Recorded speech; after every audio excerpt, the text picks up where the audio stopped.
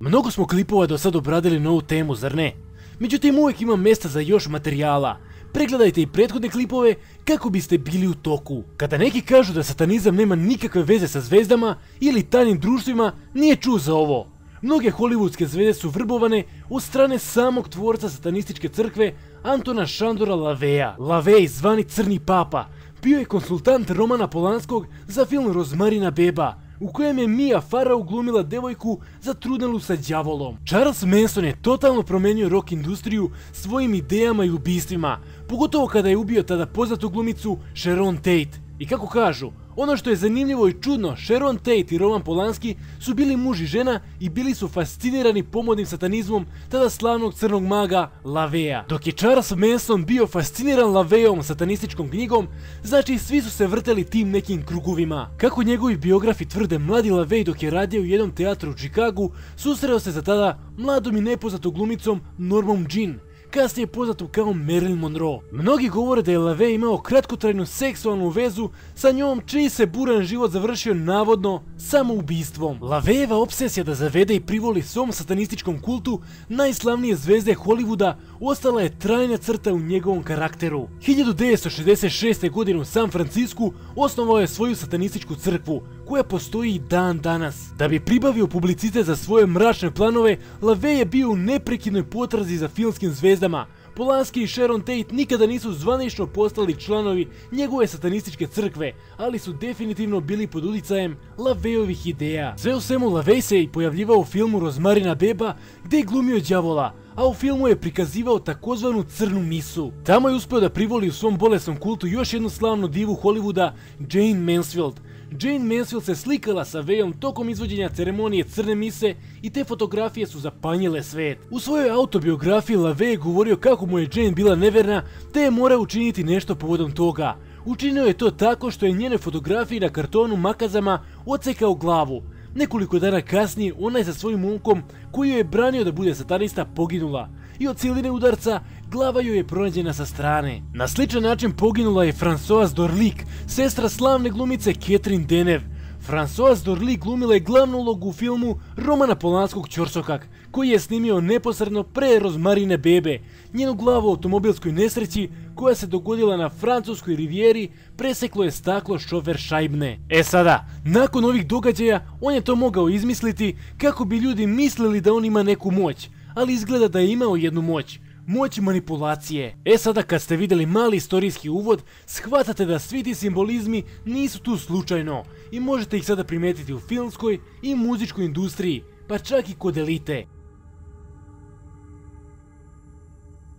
Što se tiče muzičke industrije, tu je imao dosta utjecaja LaVeyov prethodnik Aleister Crowley. I sada danas mnogim ljudima je čudno što muzičari mnogo pokazuju ove simbole i što propagiraju simbolizam i što u nekim intervjuima često pominju čudne sile, pa čak i satanu. Sada da se ne ponavljam, imate zaista moje prethodne klipove u kojima sam više pričao o tim simbolima.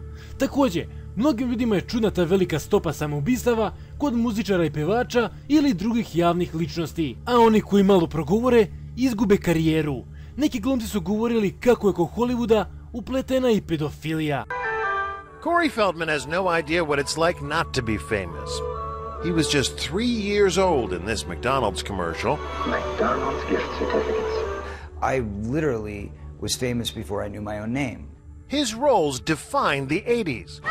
Goonies. This was my dream, my wish. I can tell you that the number one problem in Hollywood was and is and always will be pedophilia. That's the biggest problem for children in this industry. Čak je Elijah Wood progovorio o ovome. Zvezda iz Gospodara prstenova je izjavio da je pedofilija veliki problem u Hollywoodu i da ga je majka čuvala, tako da nije išao na te uvrnute žurke, ali išli su mnogi drugi glumci, to jest deca. Kako je rekao, tu je upletena cijela organizovana mreža. Tu sada ostaje pitanje zašto pevači i glumci jednostavno odjednom odlepe i počnu da pričaju o čudnim stvarima. Kanye West je pre par mjeseci napravio skandal na koncertu te je pričao kako nas lažu.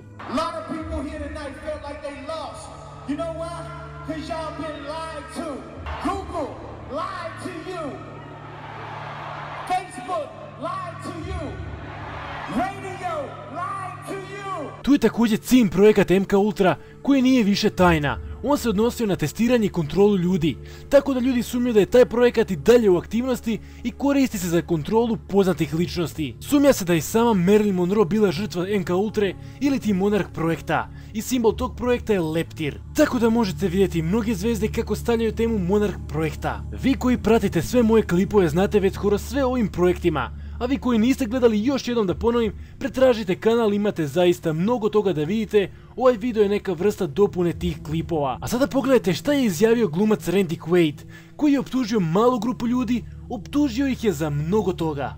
Pogledajte. For the past 20 years, my wife Evie and I have been the victims of criminal activities perpetrated by a small network of individuals who are out to destroy us personally, professionally, and financially. This network of individuals is manipulating the banking system. How many people do you know personally who have died suddenly and mysteriously in the past 5 years? I have personally known 8 actors, all of whom I have worked with and was close to. Heath Ledger, Chris Penn, David Carradine among them.